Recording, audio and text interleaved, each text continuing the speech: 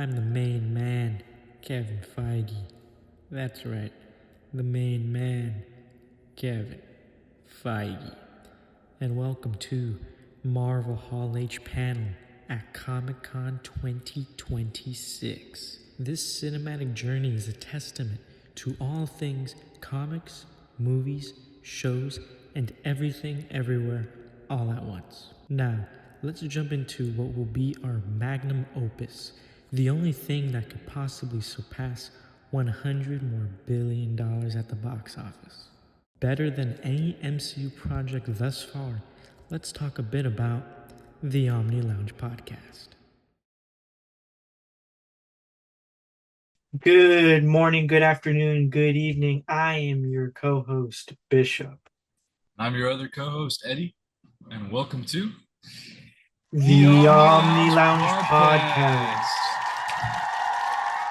Here's a place where we can all lounge around, talk about things comics, movies, shows, and everything everywhere all at once. Now, let's get into today's episode. Let's talk a little bit about our experience at San Diego Comic-Con 2026. Oh yeah. Woo! Let's go. Well, last year, me and Bishop and a friend of ours, Mario, we took a trip to San Diego Comic Con 2025. And that was great. That was our first time. I think all of us, that was our first time. And we wanted to make another trip this year. Last year, there was a lot of things that we missed out on, some different things that were happening. And this year, I think we got a better experience. So we're going to talk a little bit about that. Let's just talk a little bit about the road trip thing that we were doing.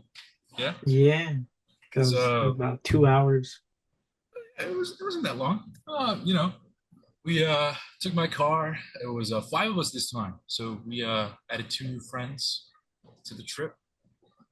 Nathan and Don. Yeah, shout out to them. It was their first experience, and overall, we had a great time.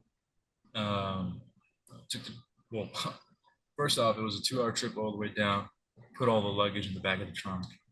Thank God it fit, but we made it work. And then by the time we got there, it was I don't know, it's pretty early. We got there pretty early. We got there like around 4. 4, yeah. We're staying at a Motel 6. It was a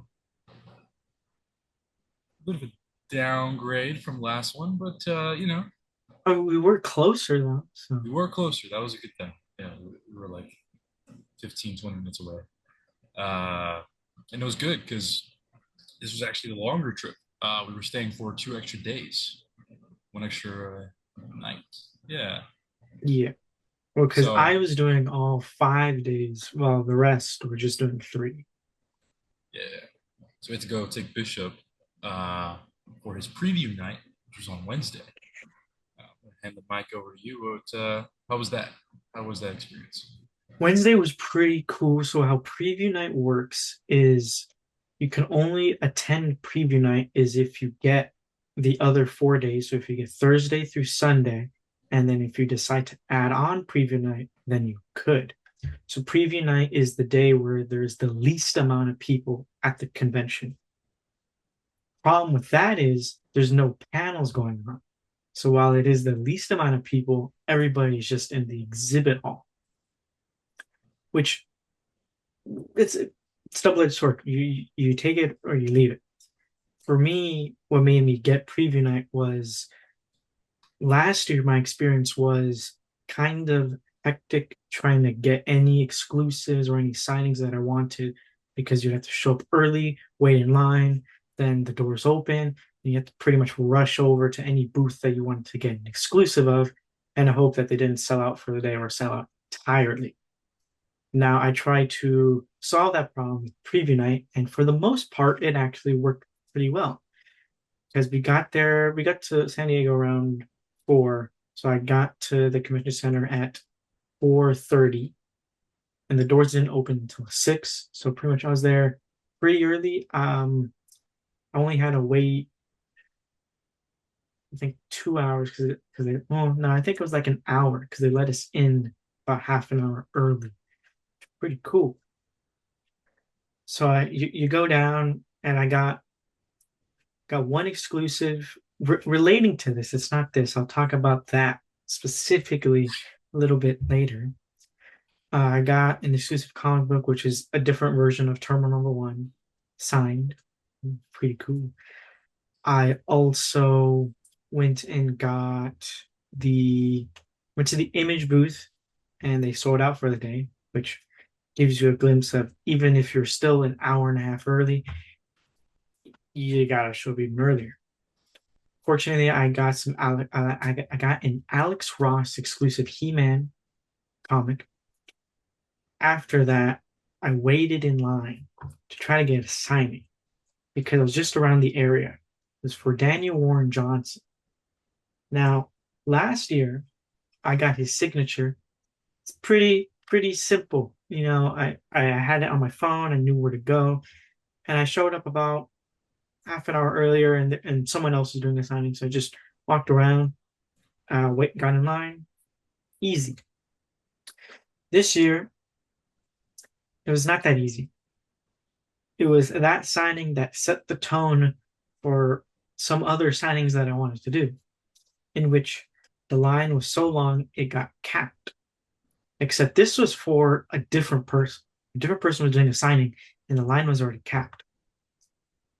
So either that meant it was capped for that person, or it's just capped for Daniel Warren Johnson. No, most of the people in that line were for the next guy, which meant that, boy oh boy, I was going to have quite the journey trying to get the signing. So I'm just kind of loitering around. You're not supposed to do that in the convention center because fire codes. Don't know about that. That is actually very serious. The floor manager is there at the end of the line, making sure people are moving around. So me and this guy, we're kind of like walking around the line every couple of times, and the time is ticking because it closes at 9, and by this time it's already 8:30. So there's only 30 minutes until Daniel Moore Johnson is doing the signing, and only 30 minutes till the exhibit hall closes.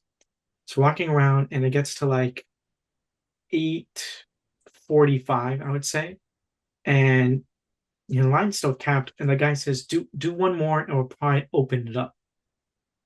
So we do one more, and as we're getting towards like, so if the line ends right here, we're like right here. We're about to turn around here, and we notice the line opens up right here. By the time we get there, it closes. That was really unfortunate. But like how I said earlier, the floor manager is there, and he's seen us two walk around, and so he lets us into the line. Pretty awesome. So now it's about 8:50, and we barely moved. Like the line is here, we're here. We barely moved like right here. Still, all this chunk of people that need to go in 10 minutes. It's about 8:55. We're about right here. Then it's 9, and we're about right here. The exhibit hall is closed, and there's still that amount of people in front of us. Except nobody comes to kick us out. So we still wait in line.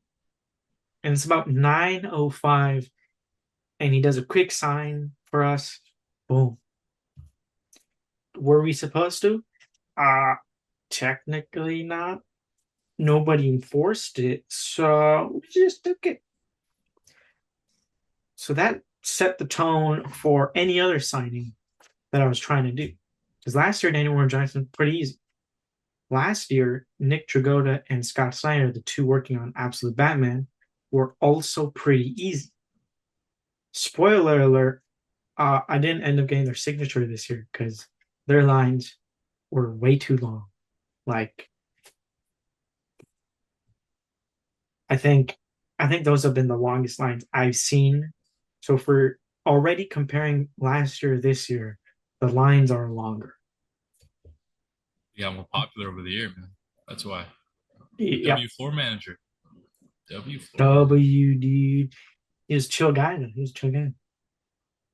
And that was essentially Wednesday for me. Not bad. Yeah.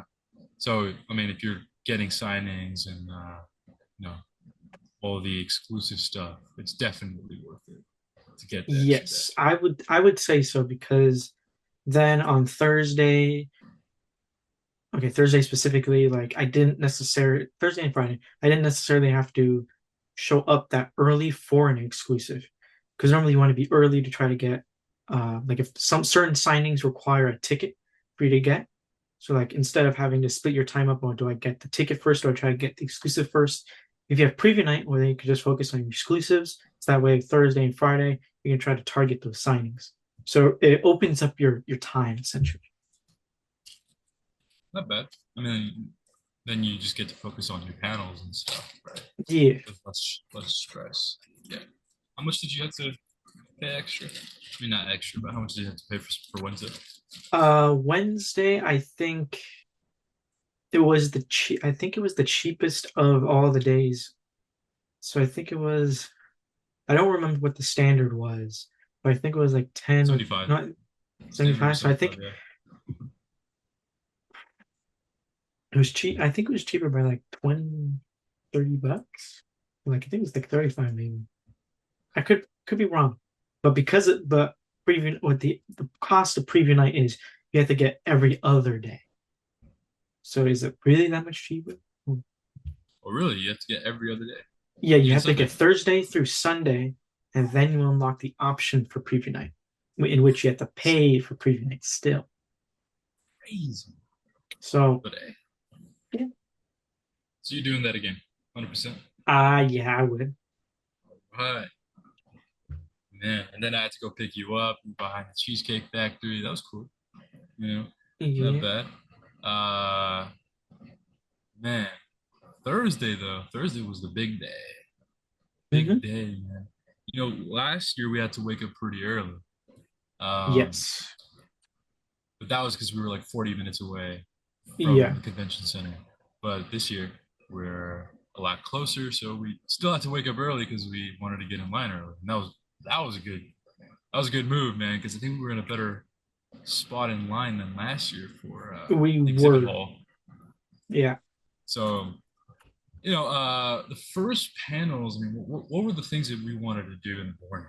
Because I wanted to get to Ballroom 20. Uh, for those of you who don't know, Ballroom 20 is like the second biggest uh, panel hall. First is Hall H. The Ballroom 20, I think on Thursday, I wanted to get to the My Hero panel, but I decided to skip out on that one so I can get to the exhibit hall and then try some stuff. Uh, but yeah, and you were trying to get to what? What were you trying to get to? For that early on Thursday, I was just trying to get to the image booth because Oh yeah. I had missed it on Wednesday, and I was trying to get the Chain Kata convention exclusive, which is just pretty much the regular comic, except months earlier before it actually comes out. They had sold out Wednesday, and then I talked to the guy, and he said they'll refill every day. So I wanted to go to that one first and try to get it. And yeah, that was it's an exclusive, but is it a different, like a variant cover? Was it No, signed? pretty much the only difference is it just says convention exclusive at the top left corner. And I Okay. don't know if there's any particular difference, but it's pretty much an early copy. So you can, if you get it, you can read it before Everybody anyone else. else. Yeah.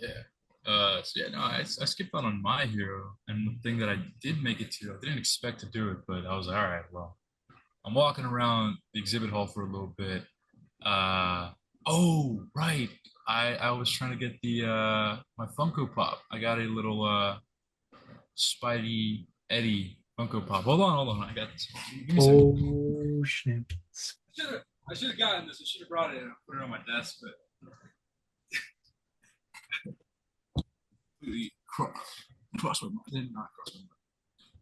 There you go. Look, little Oh, Spider Spider Eddie. Eddie, and it's cool. I don't know if you keep it's oh my god,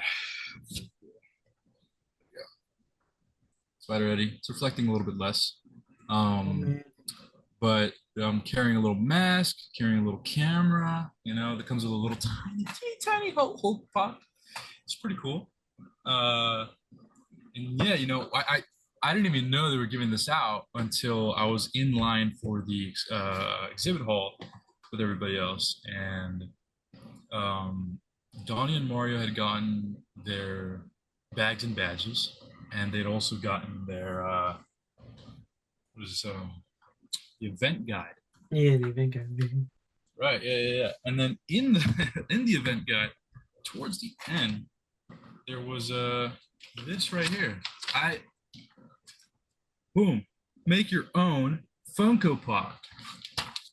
Now, I'm not the biggest Funko Pop guy, although I do have a few. I have some signed by Ryan Otley. That was great. That was from LACC 2024.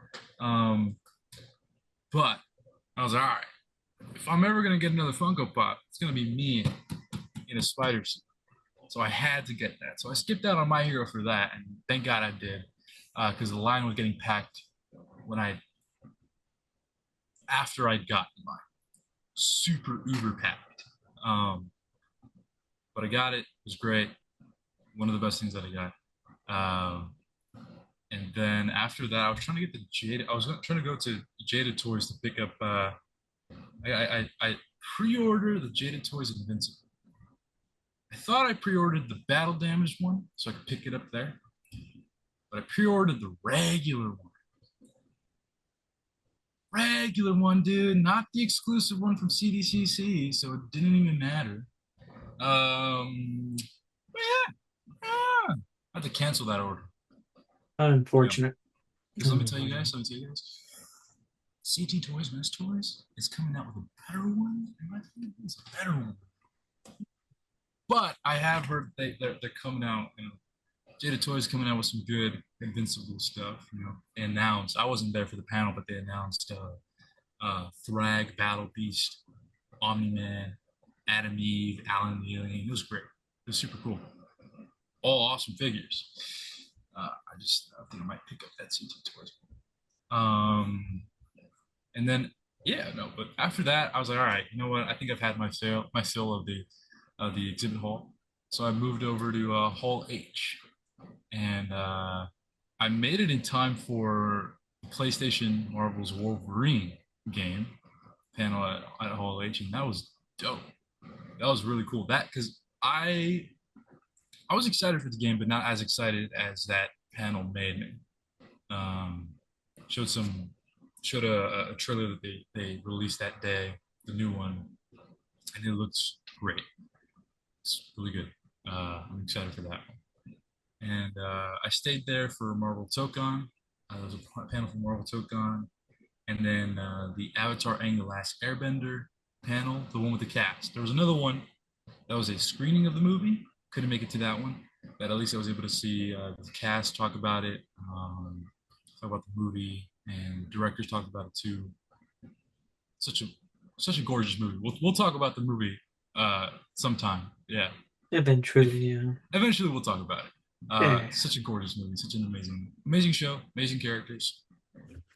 10 out of 10 if you're a fan. Um, and then I think after that, I think I left. Yeah. No. I stayed for Stewart. Fails to Save the Universe.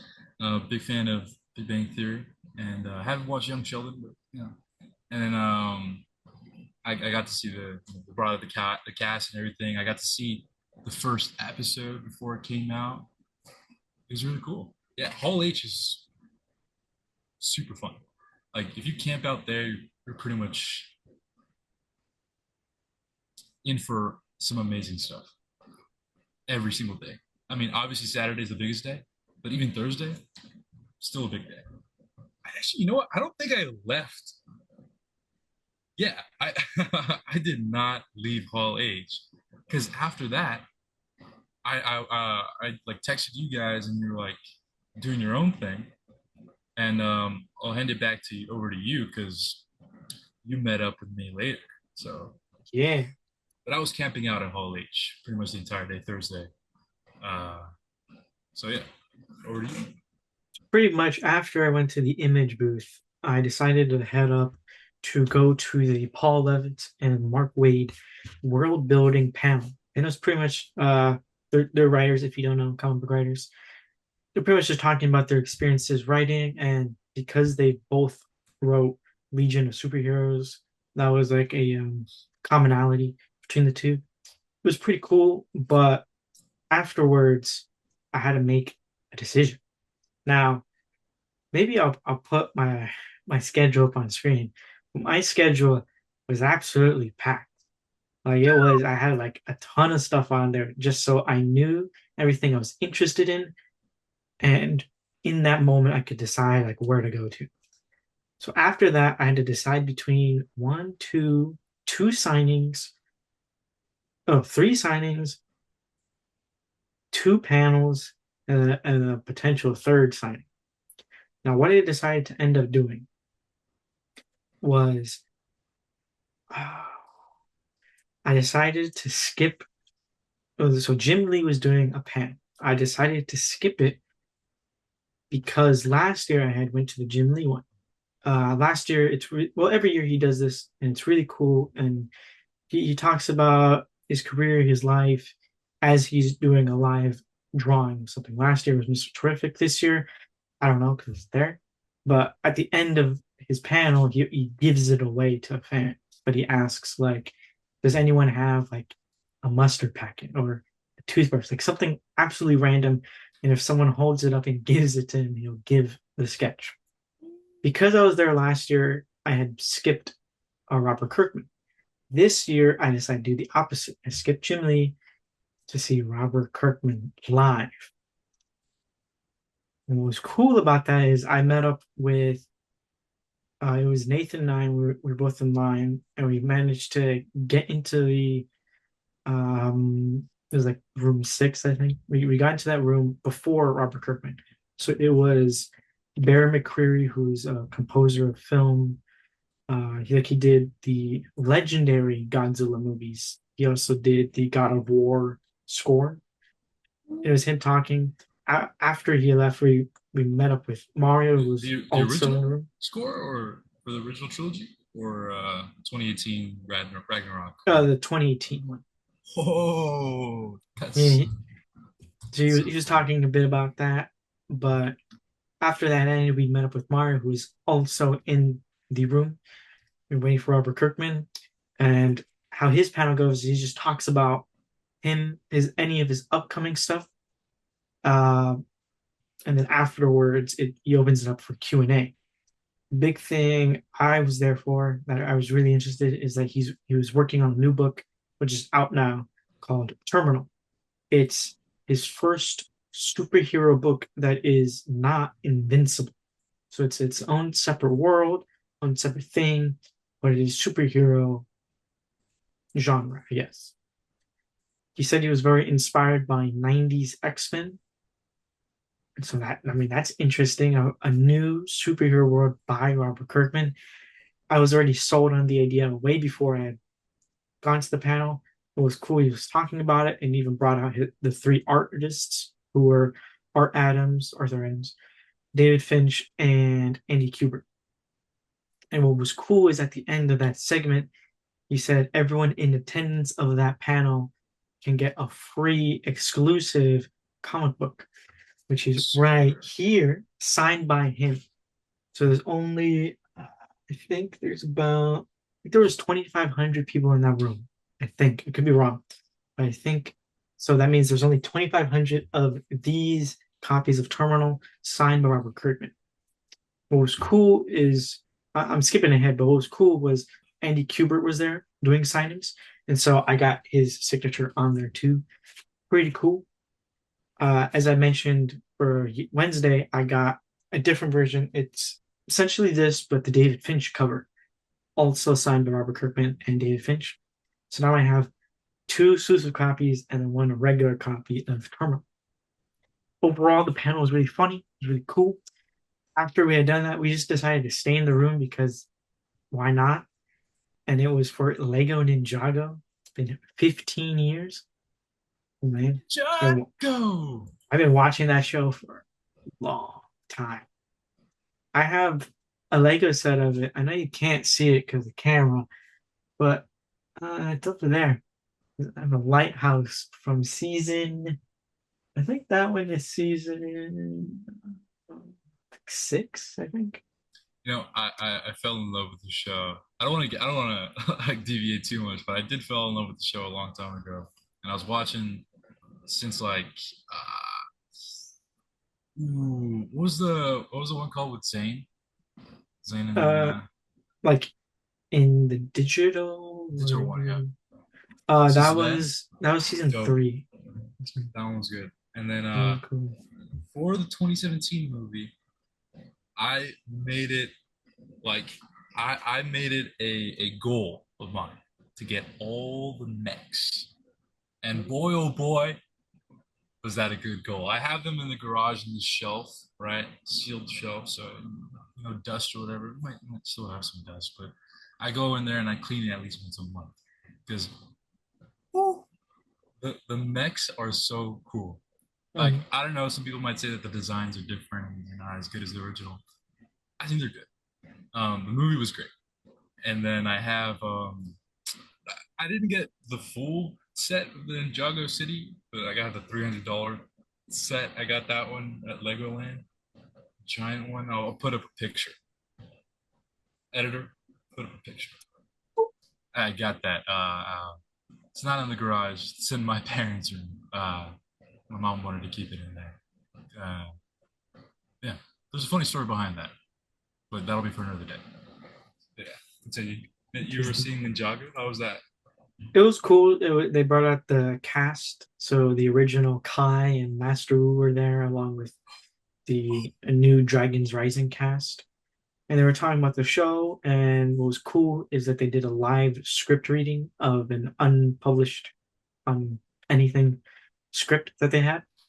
So that's cool. Um, Afterwards, we wanted everybody there. So it was Mara, Nathan, and I, and then even you wanted to see Brad Bird.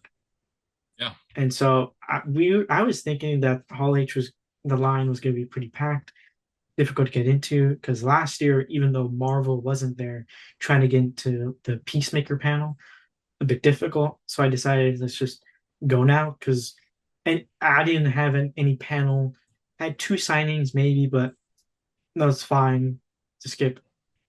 So we head over to Hall H, going to line, and line is empty. Like we just walked around, and then we were basically inside. And we showed up so early, we managed to make it to the directors on directors. So it was Zach Kreger who directed Barbarian, Weapons, and is now coming up with Resident Evil, which I yeah. hope to review because that movie looks really cool. And then it was the directing duo of I don't remember their names, but they're coming out with Mayday, which is on Apple TV, and who directed Dungeons and Dragons Honor Among Thieves film. And it was at that time we met up Fun with movie. Eddie. Yeah. And throughout the panel, it was them talking about directing, and they showed us an exclusive clip for Resident Evil. Oh yeah, Really cool. dude. I'm a big Resident Evil fan, and that looks awesome. And it comes out a day before my birthday, so that's an early birthday present right there. I'm excited. I'm excited. Bye. Yeah. And then after directors on directing, yeah, we stayed there for two other panels. We were waiting for Brad Bird, but I didn't see this one. I think I skimmed over it. But Bishop, you had it on your schedule. Yeah. It was the Lucas Museum of Narrative Art panel, uh, hosted by that. Who's the It was moderated by Kiki Palmer. yeah, moderated by Kiki. I did not know that. So when I saw her coming out, I was like, oh, what's going on here? And I'd gone out to get some snacks, and by the time I got back in, I was surprised because I saw R2D2 just roaming around, and I was like, Mhm. okay, what's going on here? It was cool. They brought out the actual, what is that? The actual droid from the film, or one of them? I think I don't know whether it was the actual one, but they brought out a working R2D2 that had sounds that was rolling around on stage. It was really cool. Very cool. Very cool. We got to take a trip the museum. We have to. And then we can record an episode about it. Exactly. Yeah. Or Yeah. maybe record an episode over there. If we can. Yeah. Absolutely. You know. Hopefully one of the episodes of the pod will be in the museum. It doesn't seem like you're excited about that. This is like No, you don't want that. I thought you were gonna say something else, so I was like, Oh wait. no, man. That was it, man. You don't Oh, want well, I an could. episode to be there. Well, no, I want an episode to be there. All right, I think the museum, Lucas Museum of Narrative Art, is really cool because what they talked about the panel, but also all over their mission statement is that museum is for all kinds of art. Just because you don't think something is a piece of art, if you have an emotion to it, or you feel something from it, then it is art, whether you like it or not. And so the museum is trying to put forth any piece and every piece of art. So that means television, film, comic books, sculptures, all of that and more is considered art.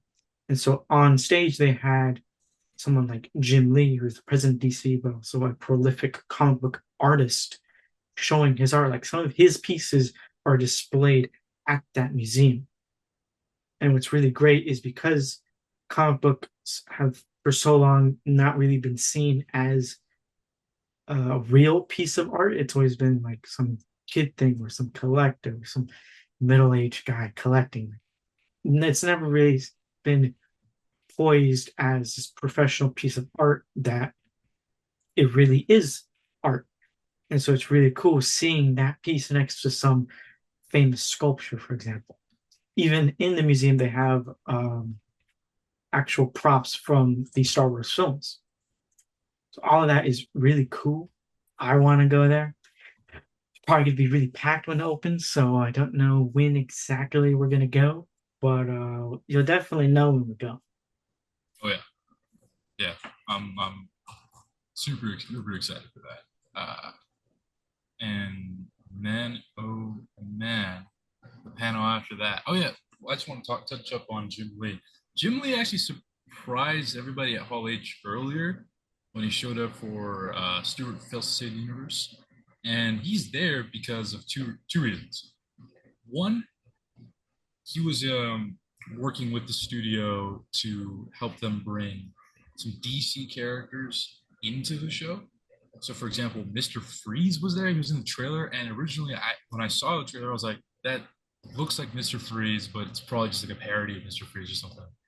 And no, that's actually Mr. Freeze in the show. That's super cool. So I don't know who else or what other characters they're going to put in there, but that's why he was there. And also, I was trying to get this, but I couldn't. He made a comic, like a prequel comic for the show. He drew the art, and it looks awesome. I couldn't get it; they were given out for free at the DC booth in the exhibit hall. Couldn't get it there. Bishop had sent me a link that Golden Apple Comics was doing something, signing with the actors, and they were giving away some comics signed, probably by the actors as well. And I ended up not going. Uh, yeah. So, oh, hurts, but it's all right. Unfortunate. But main event for Thursday, Brad Bird. His panel was super great. Uh, he talked a lot about, well, first it was the moderator had like a reel. What did he call it? Like a montage reel originally of all his Yeah. projects, and that was cool. And then he'd gone and asked Brad Bird a little bit about each of his projects, a little bit about his past, and Brad Bird talked about how he really fell in love with movies when he went to go see the Jungle Book with his family in the theater in San Diego, which is super cool.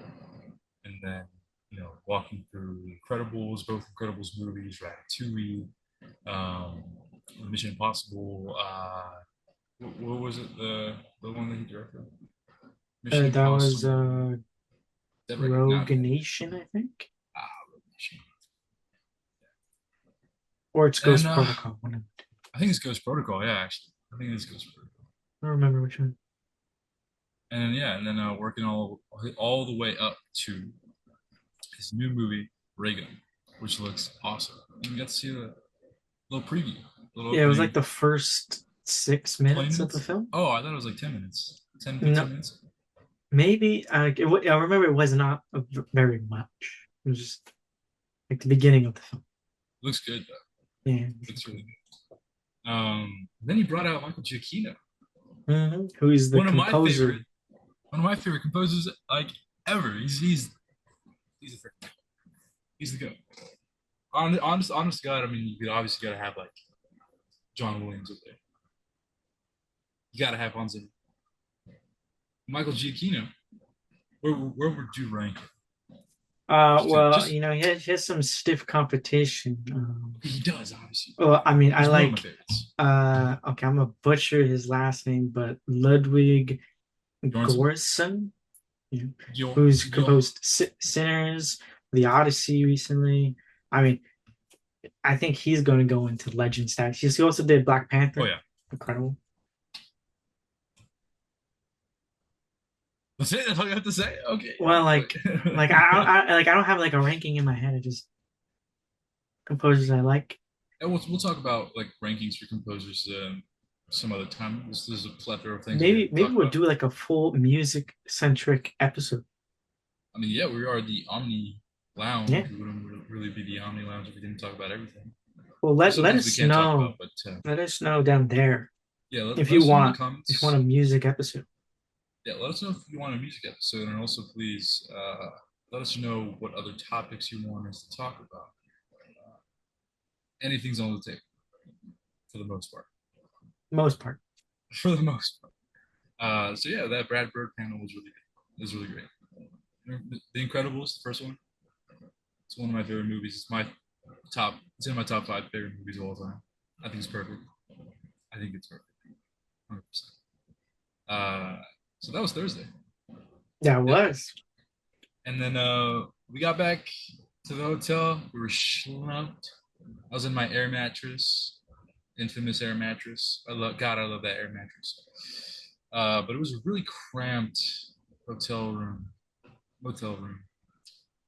Yeah. God, I thought it was, especially because of Well, the well, well, the I mean, it, mattress. it, it got cramped because of the mattress. Yeah, that didn't help at all. No. But yeah, next time we'll have 3 people sitting on one bed or something. We'll see. Mm. I'm not. Next time, I'm not driving, and I'm not bringing the air mattress. So we'll see how that changes up things. But Friday, we woke up for Friday, and it was a pretty good day. I mean, yeah. You want to start this off, or should I? So for Friday, we got there not as yeah, I don't think it was as early. Or maybe it was the same time as It's around the same the time. day before. So we pretty much got into the exhibit hall early. Well, sort of early. Uh, I just went and kind of walked around to see if any signings were giving up tickets that I needed to be aware of later in that day. There weren't any, so I didn't. Actually, I lied. There was one. It was for Jonathan Hickman and Nick Spencer. Bless you. They've been they've been working on something called Three Worlds, Three Moons for a while now, and but it's all been digital. If you follow on their Substack, you'll be able to see like free previews and such. I've known about it for a while now, but just finally they've partnered with Dark Horse Comics to release physical editions. So they were there to celebrate the new release of Three Worlds, Three Moons Foundations. Now for that one, it was like a lot. It was a lottery system. Well, lottery. It was wait in line, and once you get there, you roll a digital die, and if you rolled a 10 or higher, you got to pick a wristband for a signing that you wanted. I did forget to mention this yet. Well, I forgot to mention this for Thursday, but I showed up to that and I didn't get it. So I enlisted the help of a friend Donnie. who was there because I knew he had better luck than I did. And I was right because he got it first try. Thankfully, he gave me the wristband, which I'll get to slightly later throughout the day. After he did that, I showed him to some signings that he wanted to do. So we were even. But up until that point, I was kind of just chilling around, seeing what else was there. Now I can't remember exactly what day I did this on. It was either Friday or Thursday. But I went to the Jeff Johns, Jason Fabo signing for Ghost Machine. I had three books. It was Rook Exodus 1 through 3. Got them all signed for free. That was pretty cool. But before I continue, Eddie, what did you do? Woo! Dude, it was really cool. So the three biggest panel halls in the convention center area is Hall H number one, Ballroom 20 number two, and then the Indigo Ballroom, which is in the Hilton Hotel. I pretty much spent half the day there, a third of the day there, because Adult Swim and Cartoon Network had pretty much like printed out the entire hall for all their stuff. And when we got there, I immediately, me, Mario, and then Nathan found us later on because he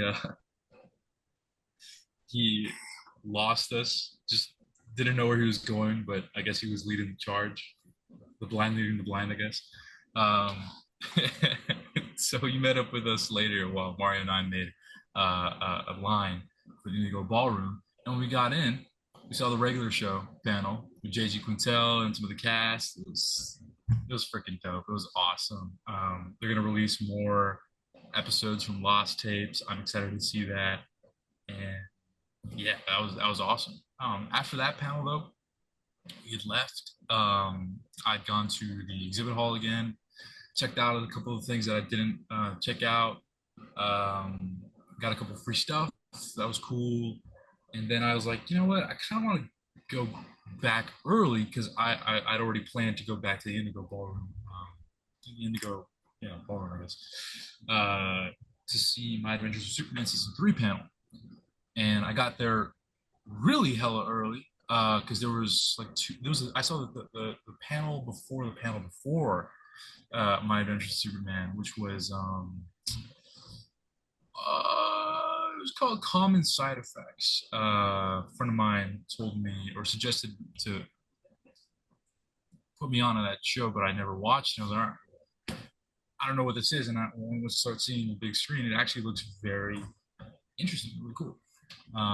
Got to see like part of an episode there, and then moved on to President Curtis, which is the spin-off show from Rick and Morty. And I had never given Rick and Morty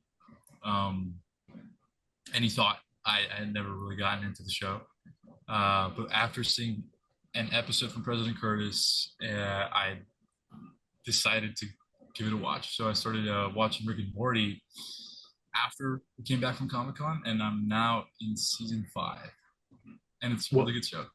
It's really What? fun. It's such a funny show, and I'm building up to President Curtis. So it's weird that President Curtis got me into watching Rick and Morty, but I guess that's just the the humor of it all. Yeah, after that, I'd left, and well, I'm checking my schedule here. Oh yeah, no. After then, I saw My Adventures with Superman season 3. They showed us an episode. Awesome, really dope. I love that show. Jack Quaid is a pretty good Superman. I mean, for what he does, yeah, I think he did a really good job. And yeah, after that, let's see. Mm-hmm.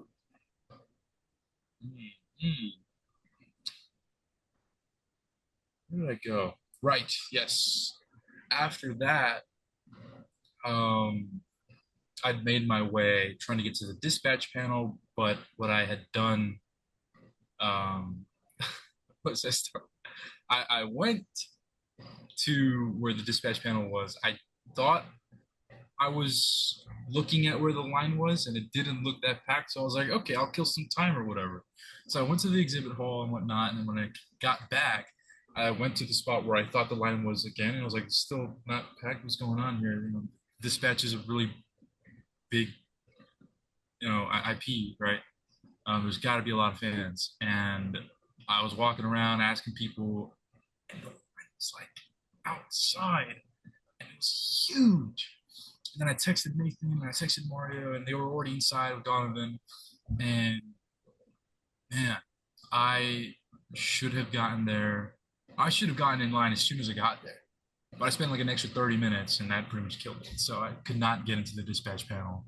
Um, yeah, and much to my disappointment, I wish I could have gone.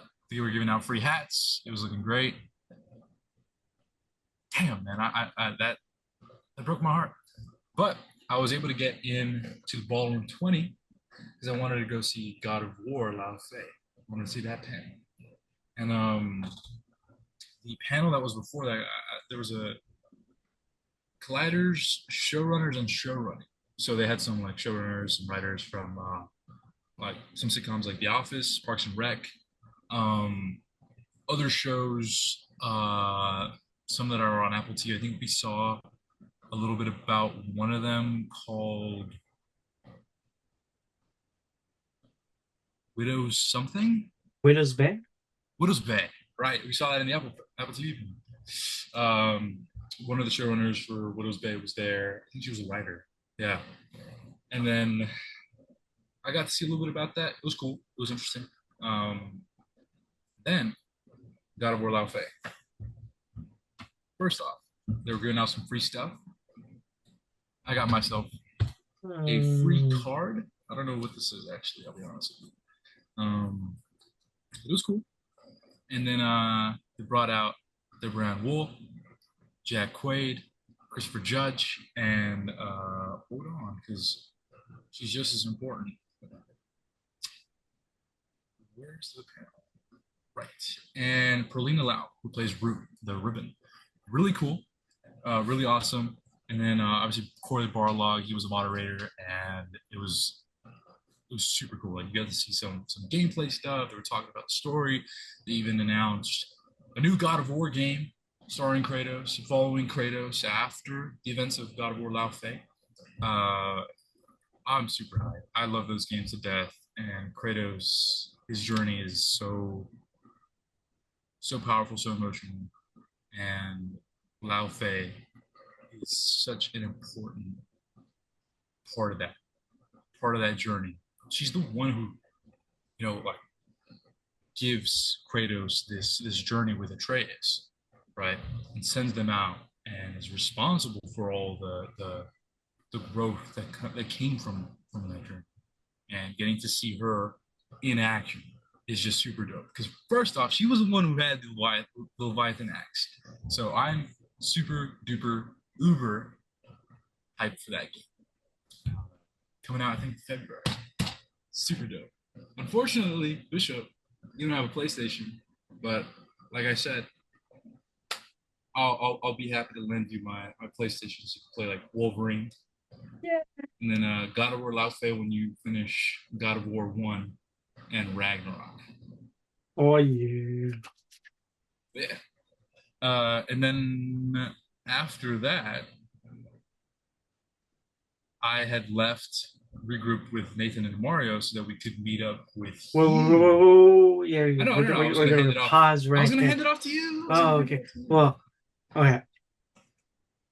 We gotta take a rewind because after I'd done my stuff in the exhibit hall, I wanted to go to the DC panel, and it just so happened that Donnie was in the panel before that. It was the Absolute panel. They were talking about the Absolute DC's Absolute line. I was in line and I managed to get in right. It was essentially no, it wasn't the Absolute line. It was the Gotham City panel. Yeah, it was DC Gotham City. So they're talking about the different Bat books. I got it in at the tail end of that. And unfortunately, Donnie saved me an ash can for it, which was pretty cool. But the real panel I was there for was the DC Next Level, and it's DC's new publishing initiative after All In. They call it the Next Level because it's the next level. So it was Joshua Williamson and Hayden Sherman there for Legion of Superheroes. They had a couple other people that I can't remember, but later on, Stephanie Williams showed up, who's writing Vixen. Cody Ziegler showed up, who's writing Static. I'm trying to remember the other people that were in the panel. They're talking about others books too, so like The Demon, Jonah Hex. Hold on, Bishop. I think I'm gonna get some water real quick. I'm thirsty. I got a dry throat, but the audience will have yeah, just all I'm to gonna themselves. continue because They can just gobble you up. this guy is thirsty. As you can tell, I'm a prepared individual. I don't need no water. I could have one, and it would be smart if I did. I did not. Anyway, going back to it, it was the next level panel. They had given us, actually, I can reach over. They had given us free Etrigan pins. You can see it right here. I don't know why it's not focusing, but they gave us that for free. They also gave us another ash can for Legion of Superheroes. Really cool, really exciting. And Sherman is an amazing artist. We'll talk more about them when we get to Sunday. But the panel was all really cool. After the panel, I went and headed over to the Jonathan Hickman and Nick Spencer signing. You had to go quick because they're only there for like 50 minutes. So I got a free print. It's not of it. It's over there somewhere. A free print of it. Unfortunately, it has some scuffs that I didn't see till later. But anyway, signed by Nick Spencer, Jonathan Hickman, and then I had Hickman sign a personal item of mine. Also really cool. After that, I decided to see Wells Portillo. I don't know how to pronounce his last name. See his booth to do a signing. Now, him in particular is because Uncanny, he drew the cover and the interiors for Uncanny X-Men. I think it's 249. And let me do a quick X-Men 249. I think that's it. All right. No, it's not. It's What? Why aren't you talking? no, I'm doing it's he did 282. That was the issue. And that one is the first cover appearance and first appearance of yours truly, Bishop. He was there doing signings, and I brought out my copy of the book, and he signed it, and I was telling him the whole spiel of how my dad is a big X-Men fan back when he was collecting during the 80s, 90s, and he named me after the character Bishop. And afterwards, he wanted a picture with me. Pretty cool. You can see if you go on his Instagram, he has a reel that it's cycling through a bunch of pictures of people in that reel. Pretty fire. Maybe I'll repost this so it's easier for y'all to see it. After that, I had to make a decision. Now, there were two panels I wanted to go to. It was the Dispatch one, like how Eddie said, and it was the Robert Kirkman, Tom McFarlane, I think it was Mark Silvestri, um, Eric Stevenson, who's I think like one of the head honchos at Image, and I think Rob Liefeld. There was a bunch of Image creators that were there at the panel. I wanted to go to both of them. I can only choose one of them, but there was something else that was bugging me throughout that day. But we'll take a pause and we'll skip over to Sunday, because that's the biggest thing. That's the creme de la creme. Because that's a whole story in of itself. So we'll save the best for last. Now I was the only one who went on Sunday because I went all days. Sunday was pretty chill. We didn't have to get. I didn't have to get there that Sorry. early. But when I was there Sunday, I went to a art is super panel. So it had artists like Dennis Cohen, um, Belen Ortega, Javier Fernandez, I think, or Hernandez. It was one of the two. I can't remember his name. And then it wasn't Alex Sinclair, it was the inker. Also forgot his name. There's a picture up on my Instagram about that, I think.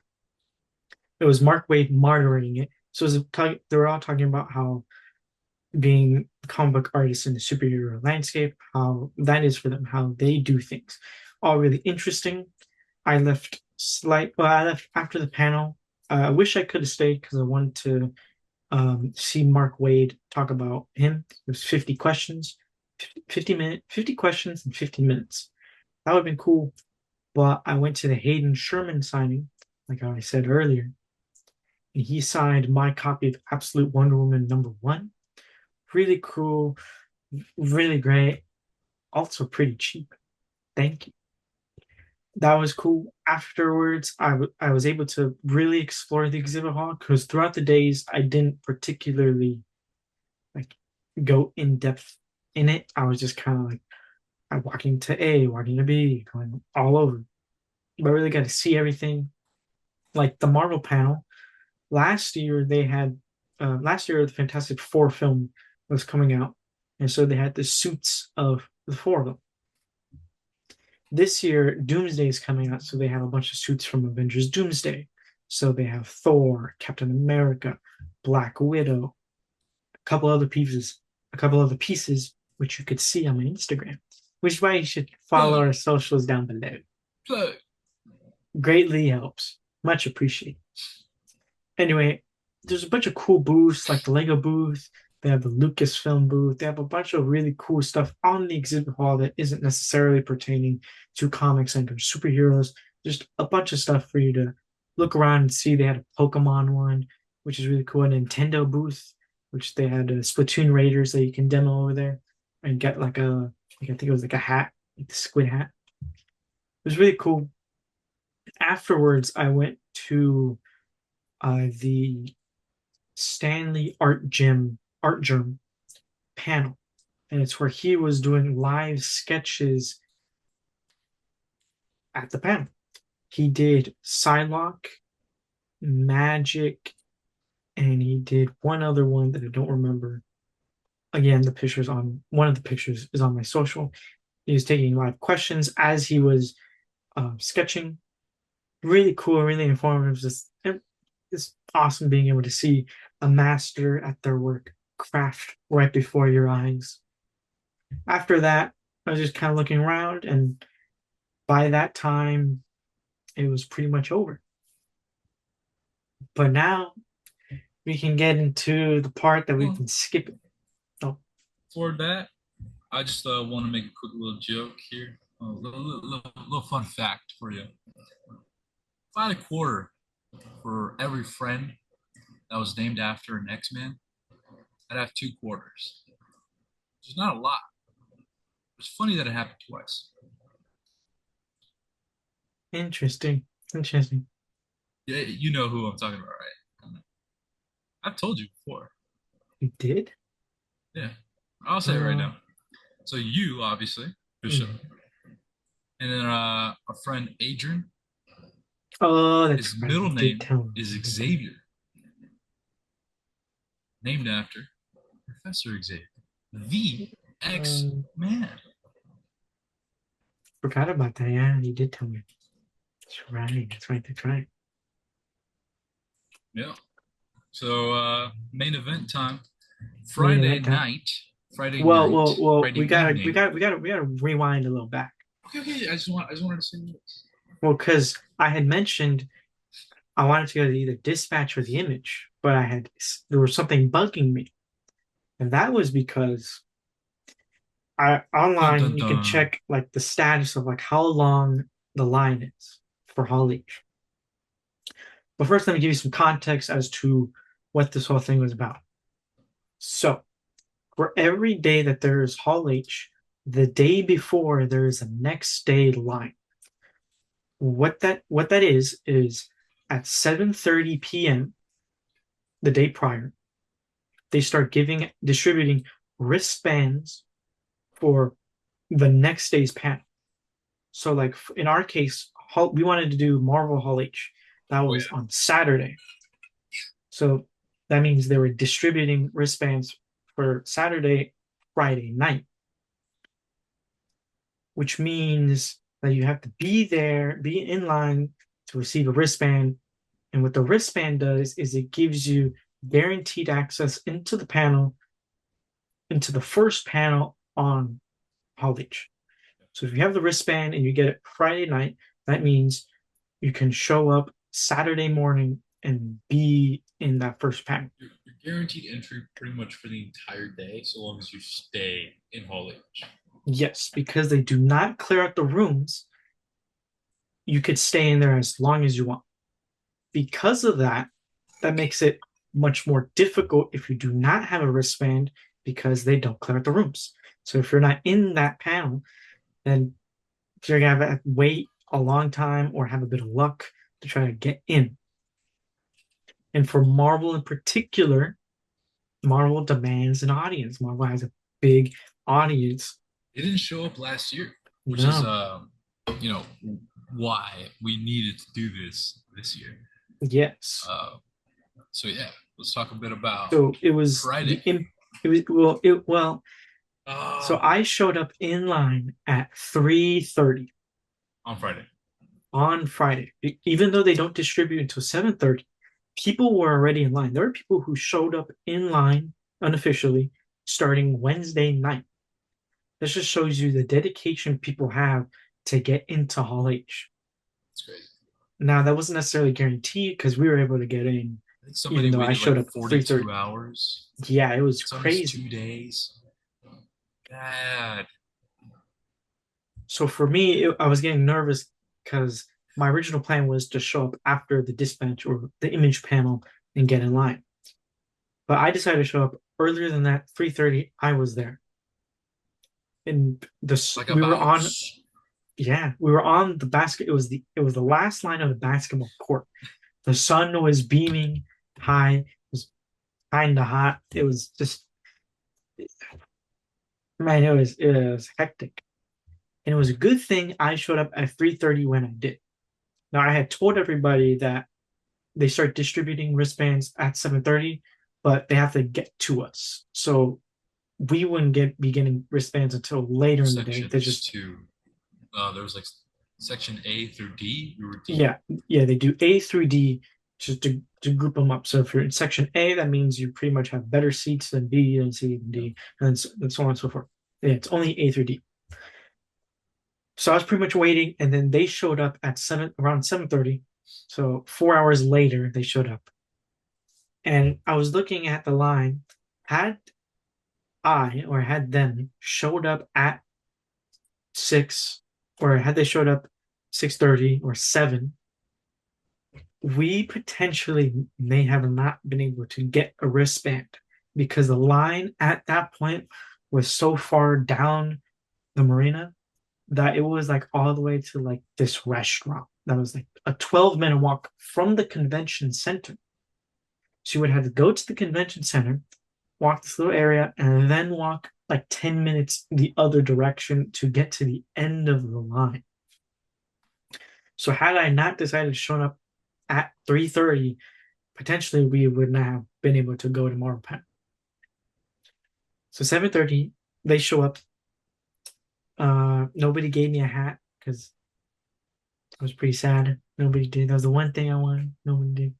But anyway, we're there at 7:30, and Yeah, Mario, Nathan, Dunn, yeah, man, the one traders. thing, the one thing I asked for. Well, we're waiting, but the line's not really moving. It's kind of slow. We're like, what's going on? It's like 8:30 now. Nothing's happening. Well, apparently, people up in front had. Oh, so if you let me rewind for some context. If you show up even earlier, like they're distributing, if you show up like at like I think it was like at 1 a.m. that Friday, If you showed up at that time, they gave you a different wristband just to show your place in line, like a placeholder essentially, while you're in line. So it's like a wristband for the line, for the line's line. It's just there. Apparently, the people in front had made counterfeits of those wristbands and they refused to get out of line. So that's why we ended up waiting about an hour longer than what we had to, just because of that whole fiasco.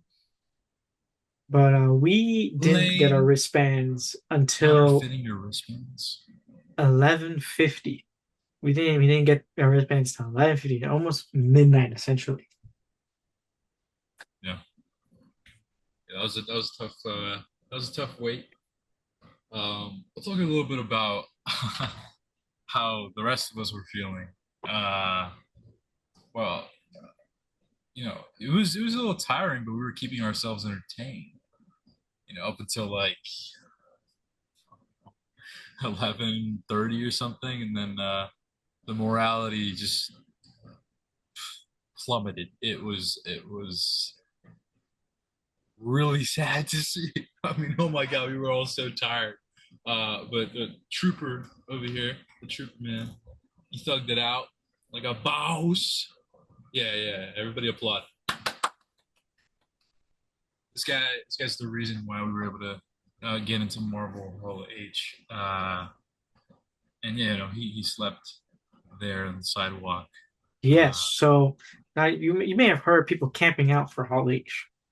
Well, the reason they do that is yeah. because once you get a wristband, there's this wristband right here that I still have. It's green D. It's Oh, green me too, for dude. it's green. It's D for Doomsday and green for Doom. Awesome. So once you get that, you have two options. You can either go back to your hotel room and come back before 7:30 a.m. and line up, or you can camp out the night. Now, if you leave and you come back at and it's like 7:40, you have to go in the back of the general line. So you have to go back of the line with all the regular people as well. Regular. That means you're not guaranteed access. That would suck. So to remedy this, some people camp out so they have a secure place. Now that's exactly what I did because I wanted to do that because that's like just a cool story that I camped out, and then two, I wanted to have a secure access in line. Now of our group, I was the only one who camped out. Nobody wanted to do that because they're not as cool as me. I would have, I would have, but I had the car. I was the driver. Next year I will though. Hmm, interesting, interesting. Well, they have in front of Holly in the line, there's grassy area and then there's canopies. Now, they fill that up and you pretty much get to sleep on there if you're that far ahead. Now, the problem was there were people up over there who were claiming bigger spots because of their group. Now, for every one person can hold two people. So like for me, I can hold two other people in line. We technically cheesed the system a bit because Oh, nobody else decided to wait in line. it was so funny because he texted us like all like Mission Impossible style, 5 to 10 minute intervals. Hold on, I Well, gotta recreate this exactly how it was. because we were not the Five to entire ten minute group. intervals. They'll know. Well, because None of us I was listened. the We only all one. showed up Yeah, I was the at the only one same in time. line. Me. We have a group of Nobody. five. I mean, I think I wouldn't say nobody cared. I'm pretty sure like I was like I could feel It's the piercing eyes it's about the of honor hatred. system that I was trying to uphold, and clearly nobody else gave a poop about it. So, Hey, Nathan went in, Mario went in first, I think, and then now it's you and him who are able to hold up to 4 people. So, woo, yeah, anyway, going back to the whole that's sleeping hilarious though. situation, You could see the sheer disappointment in his face as all three of us just show up in line, and he's he's like, "What? well, actually, before, yeah, okay. So Lozenge. people had claimed bigger spots for their group. And because of that, we weren't able to condense into that. So I ended up sleeping on the sidewalk. And you may be wondering, that must be uncomfortable. It wasn't the worst in the world. What Bishop, but wouldn't it have been cold? Actually, it was colder in our hotel room than it was outside. Dude, I cannot stress that enough. I hated that so much. And you know what? All shade goes to Donnie, the vampire. Holy fucking shit, man. Like, he was right next to the AC. I swear, I didn't piece this together. But as soon as we got there, he's like, I call the side with the AC. Not this bed, not the one next to the window, the one next to the AC. And I was like, okay, maybe he wants to stay cool. No, he wants to kill us. He wants to kill us, and he wants to freeze us to death. My God, what's happening, man? The first night I did not sleep with a blanket, and I was so cold. I woke up. It's not rocky. It's not rocky. God. And then the next night, I slept with the thin blanket. How did it not help? It didn't even help a little bit. I turned up the AC to 70, like two. I've never heard of an AC that like automatically goes all the way down like 10 degrees. What the frick happened? All right, went down to 62, like 60 almost. What's going on? This is not adding up. And I know that it's not Mario. He's not waking up, crossing the entire room just to turn down the AC to kill me. It's not him. It's not you. You were cold. Nathan, I don't know. I guess he's too hairy to feel the cold or something. It insulates him. So Donnie, Donnie, when I catch you, Donnie, Donnie, when I catch you, Donnie. Yeah, there you go. Yeah, genuinely, it was warmer outside. So sleeping, it was all right, except I started getting bit by mosquitoes, so that wasn't cool. Um, but that was a small sacrifice. So I ended up Good. not getting that much sleep. I only got about 2 hours of interrupted sleep before the mosquitoes. So in total, I got like I think 3 hours of sleep that entire night. But so did everybody else in line. And the guys in front of me and the guys behind me, all super chill. We're all helping each other out. The Hilton fortunately had the restrooms open, so we were able to use that. An actual Helping each nice, other out. clean restroom. Yeah, like, hey, can you wash my stuff? I need to go do something. Yeah. Oh, And so I thought you guys were like like that. all cuddled up together, No, keeping warm. that's not how that worked. Oh, Um, whose belly's this? all right. Anyway, everybody started officially really waking up like around 6, and then it turned to then flash forward to like about 7:15. Well, it was like 7 to when I told them like, hey guys, I can remember it's 7:30. Now, the night prior, the only confirmed one besides me was Eddie. Donovan seemed like he wasn't gonna do it. Donovan. Nathan seemed like he was on the fence about it, and Mario seemed like he didn't want to do it either. So really, only Eddie I had to like think I'm about. the goat. And then it's about 7:15. Like I see no messages on my phone, like nothing. It's like 7:20. Like they got 10 minutes to get back in line, or else they're gonzo. It's about 7:25, and then they finally everybody decides to show up. We're like this. Dude, dude, it's like a slow motion shot. Dude, the cavalry's here, bitches. Woo! Well, I don't know about cavalry, Yeah! but so as you could tell, communication was very sparse throughout this Explosions entire in the trip. back. So I was actually towards the front of the line. So had I not camped out, they would have had to walk 10 minutes all the way down to get to the end of the line. And after you kept track of the time, it was already 7:25. 10 minutes would have been 7:35. They would have been booted to the end of the other line, which meant they also would not have made it to Hall H. So that's a score tracker 2 for me. Anyway, we finally get into the holding area, and we had to wait till 11. No, the first panel of the day was at 11. They opened the doors at 10, so we had to wait about 2.5 hours till we get inside. And now we're sitting in Hall H. It's pretty far back, but not like the farthest back. There's a big projector screen right there. Excuse me. There's also a big column right. Oh my There's god! a column right there in front of the stage, so you can't really see anything on the stage. But luckily, there's a projector. Okay, okay. I That's would just like cool. to say something here, okay? First off, it was kind of okay. Those seats were supposed to be safety seats. So I thought we were all in agreement that Donnie and Bishop were gonna go find some extra seats because that's what you guys were trying to do. But I guess you guys circled back because we didn't communicate, and No, like so it was yeah. weird because I saw Bishop and Donnie going ahead trying to find some better seats, and I was like, oh, okay, cool, cool. We'll get these seats as safety seats. And I'm like, all right, and then Nathan just goes in, right? And then I'm like, oh, I guess we're doing this. Boom. I go in, I file in. So does Mario. We save like two seats for them, and there's five of us there. Big ass pillar, and we're like, oh, okay, you know. And then I'm like, oh, maybe we'll get a text from Bishop and Donnie whenever they.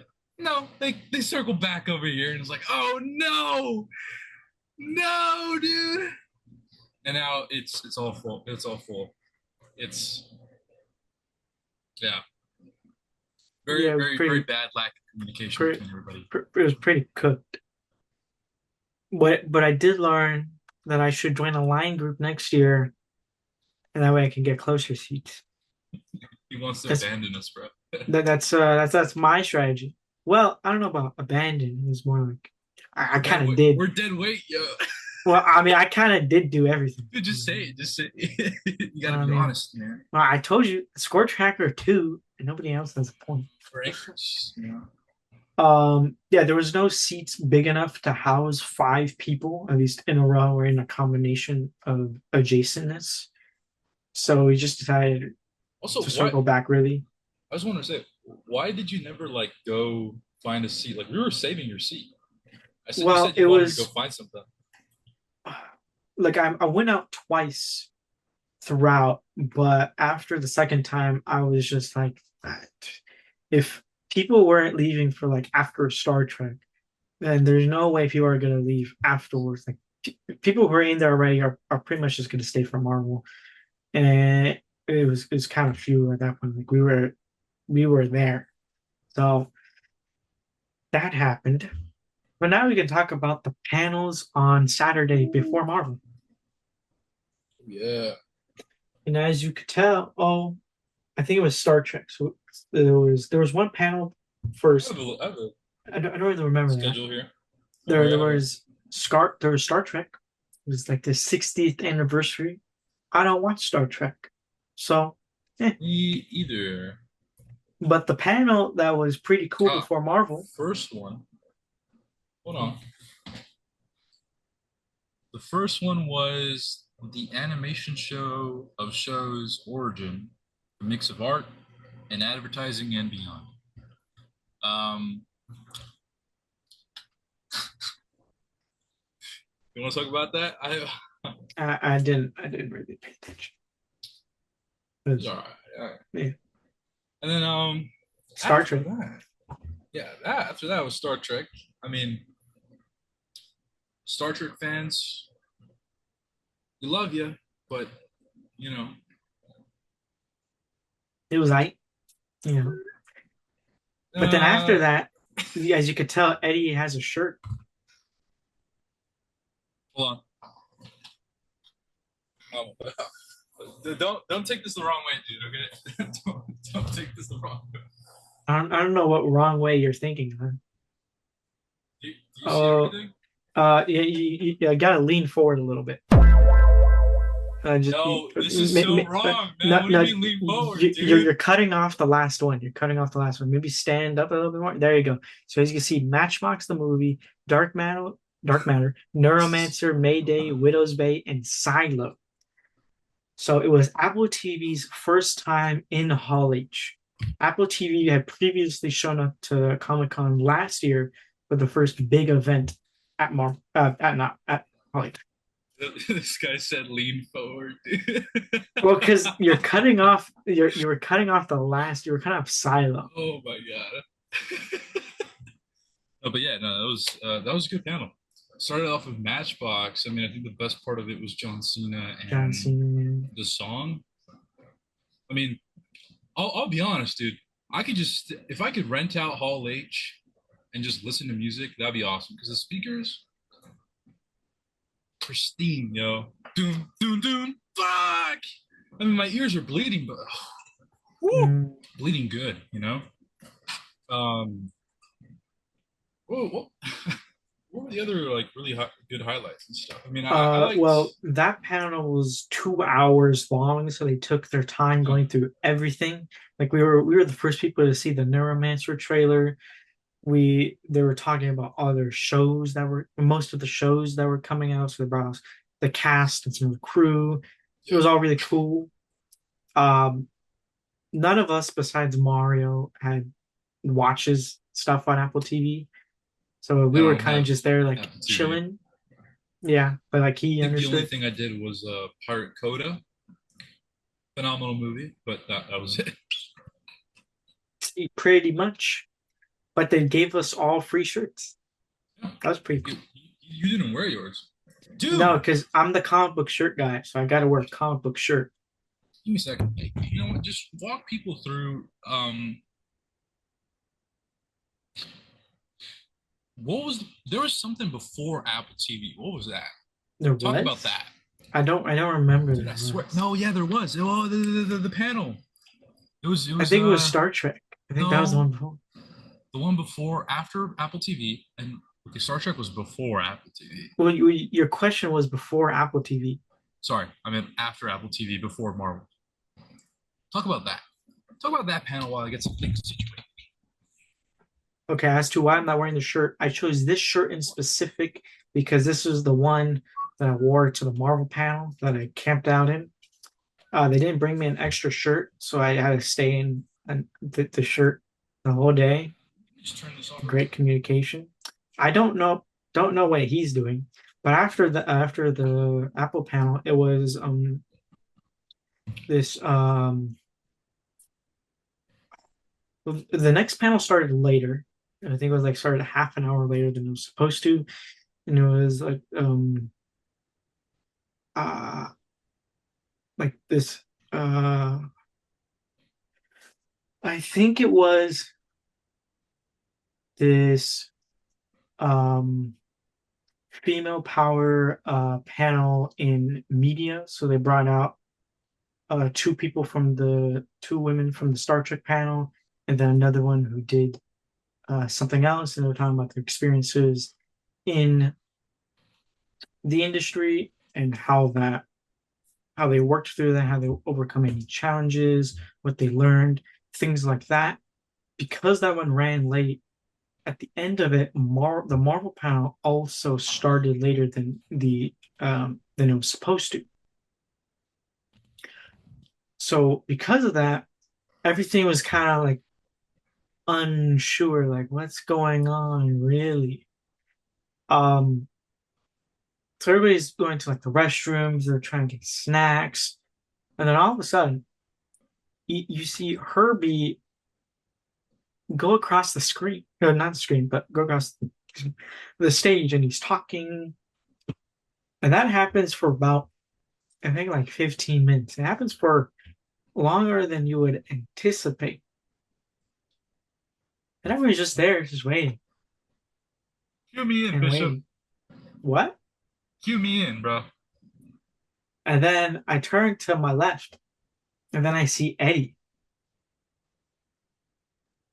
Oh Oh snap! shit. Oh. Yeah, so they were you know, they were handing out some free cloaks and masks, doom masks, you know, make everybody look drippy. Uh and it was absolutely fire. Yes, so they handed them out, I think, before it was so after Herbie, Kevin Feige came on the stage and was talking about he just glossed over like the TV stuff, but he was saying they're focused on film. Before that, he did talk about Marvel Comics that Marvel Studios would not be there had it not been for the comics. They were saying goodbyes to their previous editor in chief CB Cebulski, and they're saying hello to the new editor in chief Steve Wacker, who's now at Marvel. And then he talked about Endgame Encore, and it was throughout they were talking about that people, the staff was handing out or giveaway stuff, which happened to be the stuff Eddie is now wearing right now. Right. So everybody's putting things on, and then they talk about um briefly they talk about their Spider-Man. John Bernthal came out on stage. Was talking a little bit about Spider-Man. They showed us a clip of Spider-Man, and we're recording this after we had recorded the other episodes. Yes, we So can you can talk about check it a little out bit. our Spider-Man Brand New Day review in our previous episode. Yeah, they showed us a clip about in the damage control building with the fight between Spider-Man and Punisher versus the Hulk. The Hulk. Pretty cool. So yeah, it was Find cool. out more in our previous episode. But it was after that that they finally talked about Avengers Doomsday. Oh, well, actually, I lied. I lied. Before it was after Endgame Encore. Yeah, it was after Endgame Encore. Kevin Feige was talking about. He was just talking about some stuff, and then the camera focuses on this interviewer named Josh Horowitz, who is known online for kind of really not digging at, but like poking at actors, trying to see if they're talking about Marvel. And Yeah. his most known one is talking with Ryan Gosling about Ghost Rider. And this common is this known thing about them going back and forth on Ghost Rider. The camera focuses on him, and he asks Kevin Feige about, Ryan Gosling Ghost Rider. That's been a very popular fan cast for many years now. And then all of a sudden, the lights turn off, like as if it's a glitch, and he says like just because the lights turn off doesn't mean anything. The lights turn off and then on again, and Ryan Gosling is on stage, and they announced Ghost Rider, and then shortly after they showed on stage Sean Levy on stage for being the director of Ghost Rider, and it's coming out 2028. Really cool announcement, really big. What was interesting though is that 2 hours before the Marvel panel, it was it was found out that Ryan Gosling was Ghost Rider because of some like the actors that and the studios they have to say like, well, this actor is part of this production. So I actually found out 2 hours before that by accident because of Reddit. Thank you, Reddit. But anyway, then we move on to Doomsday. Oh, that does not look right. Oh, Yeah, you have a dirty mind, you're dude. the What one are you who said it talking about? first, dude. No, Well, but Kevin yeah, Feige is on stage. Doomsday. He's talking about Doomsday, hyping it up, and he brings us some of the cast out in front, Yeah, and then he says to the people in the back, can you really see that well? And everybody's like, not really. hold on. Let me do this part. Let me do this part. And he was like, "Huh, it's just pretty dark over there. People in the back, we can barely see you. Can you see us? Can you see us? Huh? I guess that's really a problem here. It's such a big room, but the people in the back don't get to be part of the show up here. So we thought, let's bring the show to you. And then you have the Avengers music playing, dun, dun, dun, dun, dun, and then bam, right behind us we have the The X-Men, X-Men, yeah. right? And then we're turning around, we're like, whoa, oh my gosh, X-Men, the cast, right? They're up there. And on the other side, in the back as well, it's the Avengers. Bow, bow, bow, bow, bow. Awesome, dude. Just super cool.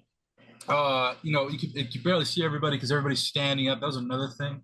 Once the Marvel panel started, before then, everybody was sitting down. Maybe some people were bringing out their phones and whatnot, but whatever. Soon as the Marvel panel started, everybody was just standing up. There's no point in sitting Yeah. down. Everybody was standing up. Poor Bishop, he could not see a single thing. Uh, Yeah, you viewers, I've only seen like up here. I'm quite short in real life, unfortunately. I'm comic accurate Wolverine. that's That's right. pretty cool. Uh, so it gives you a gist of how much I can actually see or not. Thank goodness there was the giant screen right there, or else I would not have been able to see. So I guess the pillar didn't really matter in the end. um, But anyway, the yeah, whole cast are going through the lines, giving high fives to clearing all the way people. through to the front.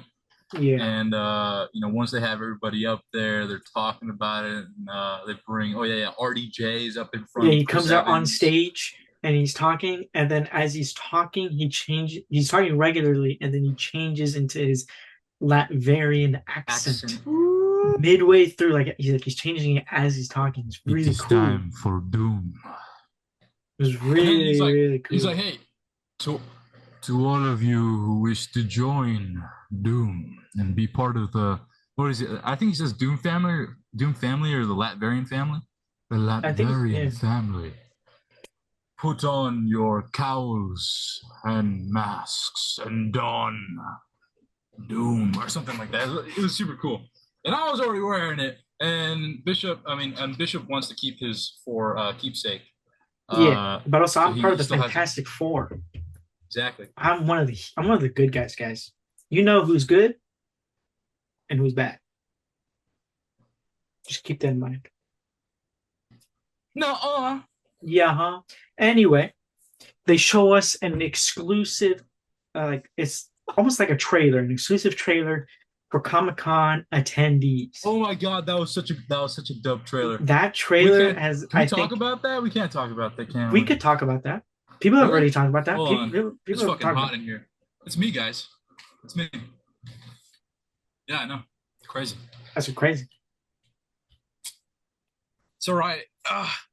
No And it more was such doom. a cool, like that trailer that we saw was probably one of the It best was. Marvel trailers I think I've ever seen. It's way better than the first trailer, and I think yeah, no, that woo, buddy, that gets you excited. The first one, honestly, for me personally, it set a really meh tone, but that second one grabs your attention immediately. Holy crap! And that I think that's the better way to I think to show what Doomsday actually is. I mean, it seems like it's following Victor Von Doom's story. Like he may be the central character here. Well, it was like it's been brought up before, but Infinity War is very much Thanos' story. Yeah, Like we open with him like destroying and we pretty end with much him. the yeah we start uh with him on the spaceship with the Asgardians and he's practically beaten them all. And then we end with Thanos. So Infinity War was very much that. And Kevin Feige has said publicly that Doomsday is very much that for Doom. And before he shows us the clip, he actually says like, he asked a question like, "Hey, is there gonna be a history of Doom and Reed?" And yes, and then that segues It's into these.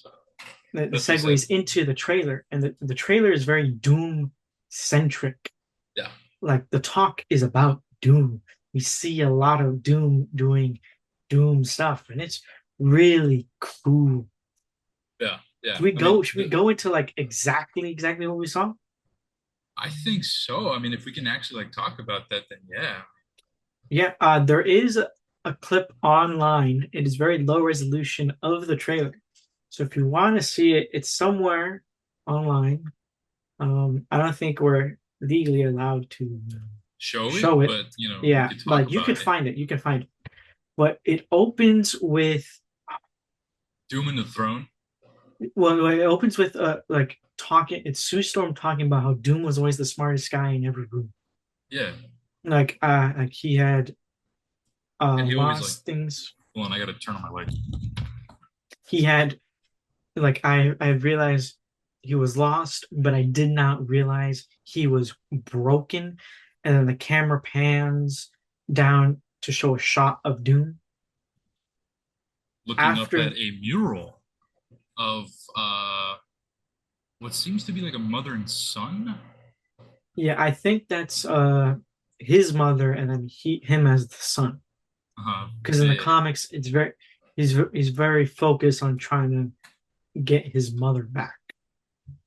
We can also do a breakdown or talk about what we think the comic inspirations for Doomsday is going to be in a later Doomsday episode. and Secret Wars Yes, which is why you should subscribe for more. so that way you can always be notified of whenever our episodes come out. Exactly. Yeah.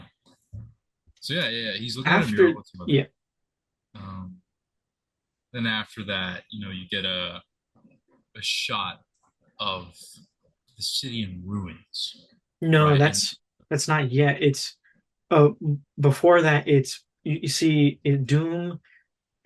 Doom is like the back of his head is right here, and you see Reed right here, and he says, yeah, no, no, he's Victor, did you do?" He says that twice. no, no. So before we get the shot of the city in ruins, and then I was going to go into like Reed is like grabbing like Victor, Well, right? And it's like, yo, actually, I think the first time he's like he's there, but he's calmer. He says like, Victor, did you do this? And then and then like the oh, music right, kind of yeah, like the music like um oh, and then Doom says like, all of you have lived stolen lives, the and now crescendo you to thing. must give them back. And when he says that, it drops, and then Yeah, it's the it city in shows. Hold on, it ruins. shows stolen lives, and it shows like Xavier and Magneto. It shows Cap, Cap and his baby, and Steve and his then baby, we should say. sorry, Steve and his baby, and then Thor and who's the name of the girl? Love. Love. Yes. Yeah. And then it opens with the city in ruins, and then it's Reed again. And he says, and now he's like grabbing him, like yelling, like, "Answer me, Victor! Did you do this?" And it just shows like a shot of his face, and then his No, wait, eyes wait. look up. Didn't he like before that second time? He like jumped from like a tower or something, Oh, I think you're and he right. Yeah, he's like, goes, yeah, because you could tell like it's like yeah, that Avengers looks Tower, and so then cool. in the And then that's pretty. Reed's like stressed, and he's like, "What did you do?" Oh my gosh, man! And then you want to talk about the thing that Uh, happens after? and then Thor's like fighting this him. clip, yeah, this clip you saw part of it in the general trailer. Yeah, It's Thor and he's walking up, and then he comes up, but in the it's like he regular has a trailer, line. yeah, in the regular trailer he doesn't say, you don't hear anything. You see him, and then Doom stops him too. But in this one, like he says You'll beg for mercy before I grunt. like you'll beg for something long before I grant it, and then Grunt. like Doom and then Doom stops it, and then he Two says, fingers, dude. "Yeah, two is just two fingers." Two in the pink, man. And then he says, "It bends to me." And then like Thor just goes like flying, and Stormbreaker goes flying, and then he says like he does like a cool turnaround. And he says, "I am Doom." And as he says that, sentinels are rising from the back, He's controlling. and he's controlling them. And then it ends with the Avengers title card. Super cool. That was Super really cool. cool. Yeah. Yeah. And maybe, Hopefully they show that trailer like soon. Like I knew that well, they probably weren't going to show it for Spider-Man just because it's like no. still 6 months out, Um, but I don't know, maybe sometime Well, around when we're October. recording this a week from when it will be published, because we're recording this on Wednesday, you'll see this in a week from now. Oh, The they're week we're actually going to recording release this, in a week. in the week that we're recording it, it's D23, and Marvel had and Disney's doing their uh all Oh film yeah, side, and Marvel will have a section, and people have been speculating, not speculating, but it's being like told that Friday rumored. tickets for Doomsday will release the general tickets. So before that was it was just for like Infinity Vision screens, which Yeah, actually what is doesn't that, mean, it's just a certification that they use. It doesn't actually mean anything. It's because Dune 3 took all the IMAX screens. They're bro? trying to like make I mean, Infinity yeah, Vision but seem that big. It's really not, but when we're recording this Friday, they'll release supposedly they'll release tickets, and people are speculating that because of that, a trailer will come out for it. That happened with Spider-Man. When So Spider-Man tickets released online for everybody, they showed in a trailer. People are thinking that. So by the time you see this episode, maybe some rendition of that trailer would already be out. yeah, no, that was super dope. And I think I'm gonna talk about this part right here because I really loved it. Um, so after that, they have full cast up on stage. They've already finished showing the trailer, and they're pretty much wrapping up. It seems as though that's all they have for us, but that was pretty good. And then Kevin Feige says, "That's it for the Marvel panel, everybody. Thank you so much. Good night." They all leave, and everybody's like, "What? That was super short." And maybe it's because it feels super short because the Apple TV panel is 2 hours, but still felt And I really did short. mention that it did start later than it was supposed to, so maybe that ate into the time. And so we were thinking, oh man, they're cutting it hella short. Body leaves all the actors and Kevin Feige. Oh yeah, and the Russo brothers. Um, Go behind the curtain, right? There's like, I want to say, a solid minute. Yeah, it was like a minute. It Uh, was that long. it wasn't that long, but it was a minute of just silence and nothing. And then you see Kevin Feige coming out, and he's like, you know, there's something that we always got to leave off on a banger. We said we go big or we go home, and he says something about sometimes directors direct a movie for us, they leave, they win an Academy Award, they come back, and he brings out Ryan Coogler. He brings out Shuri, the actress for Shuri, and M'Baku. M'Baku, and come back out, and they're like, "We'd like to announce Black Panther 3," and they bring out. Oh my gosh! Hold on. Is his name David? It's David Johnson, David Johnson. That was just David. who played the android in Alien Romulus, and I Awesome believe movie. he was also in The Long Walk. Long I Walk. Yeah. think, yeah. Yeah. And And he plays T'Challa's aged up son. yes. Yep. Oh my gosh. And that was super great. I mean, I love Black Panther. R.I.P. Chadwick Boseman. I thought Black Panther 2, Wakanda Forever, was great. And they did really good for what they had lost, which was T'Challa. They had lost their main character, but now they've set up his son, T'Challa Jr.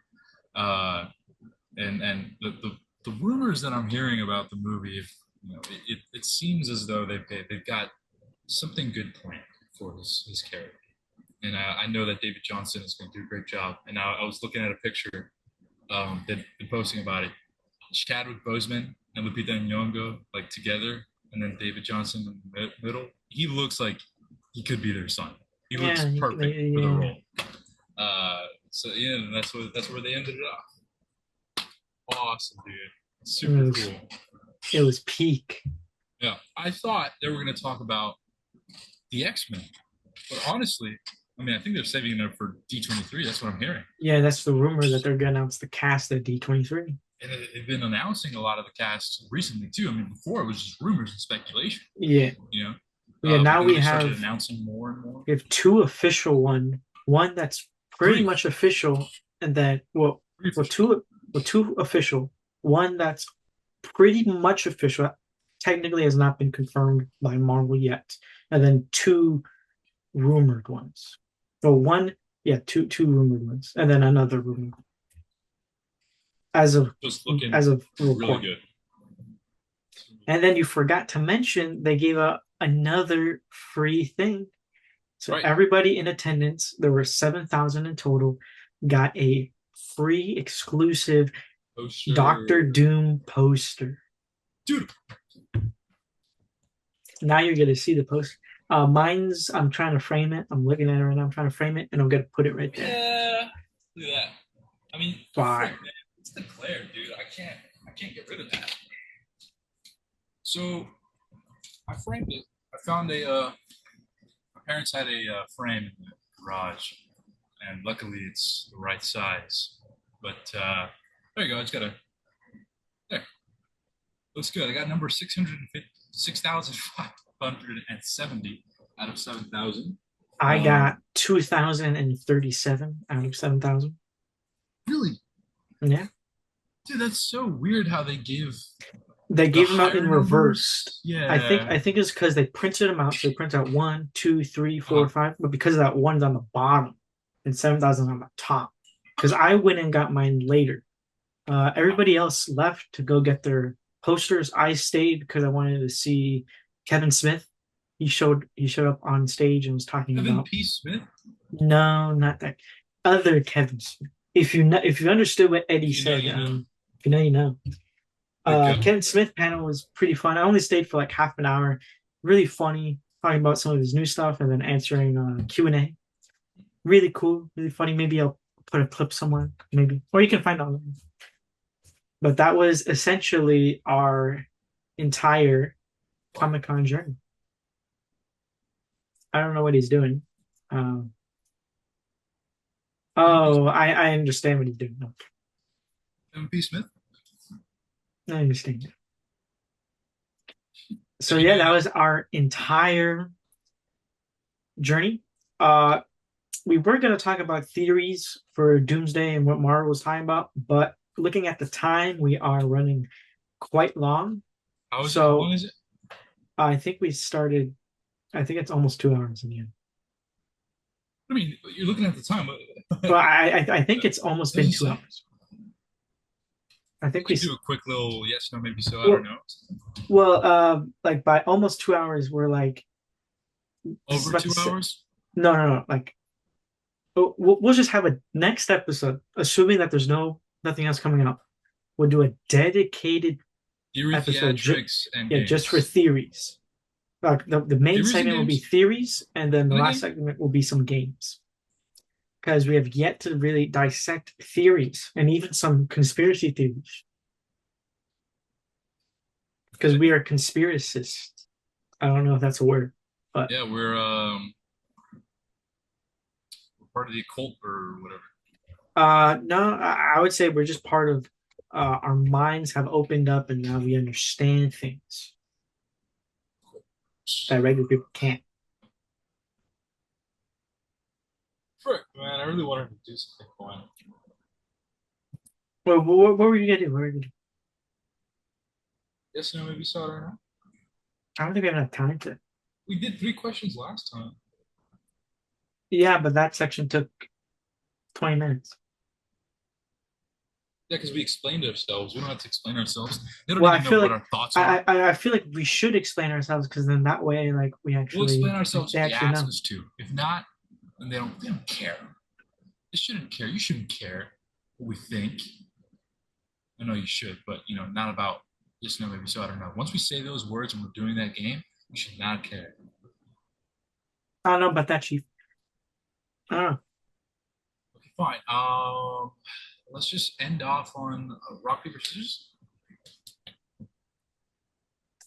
Oh, sure, I guess. All right, here we go, dude. Okay, okay. How about this? Instead of rock, paper, and scissors, we'll choose three characters. So what characters? Yeah, yeah. Should we do like the Marvel Trinity, the DC Trinity, Oh, and we'll just say which one beats which? Like, okay, let's do DC Trinity. So a little simpler. Let's just say, okay, let's say Batman beats Superman, Superman beats Wonder Woman, Wonder Woman beats Batman. okay. And the symbols is gonna be like Superman, Wonder Woman, Batman. Yeah, you got that, bro. You Sure. got that. Yeah, sure. I Ready? feel like this is needlessly complicated. Ready? All right. Three, two, one, bam. Oh, Oh, interesting, interesting. okay.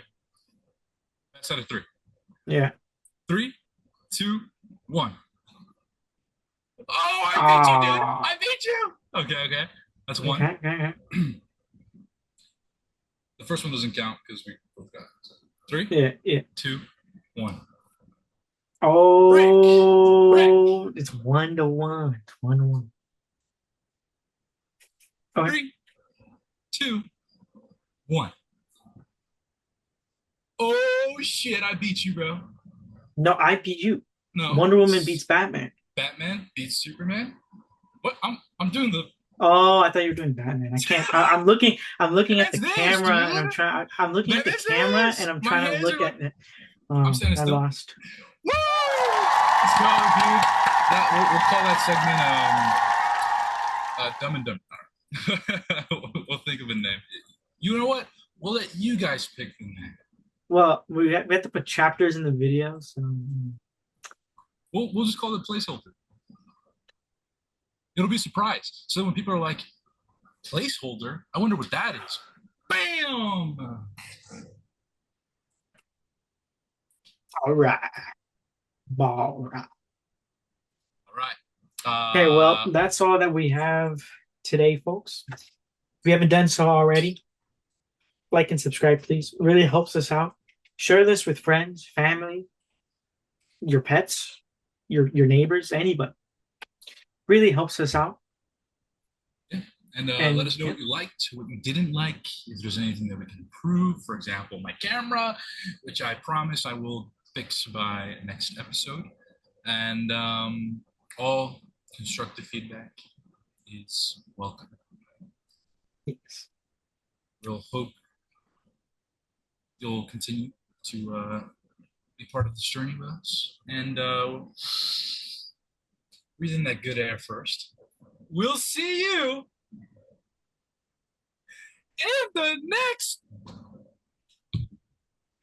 Doom Lounge or something. Yeah! Oh yeah.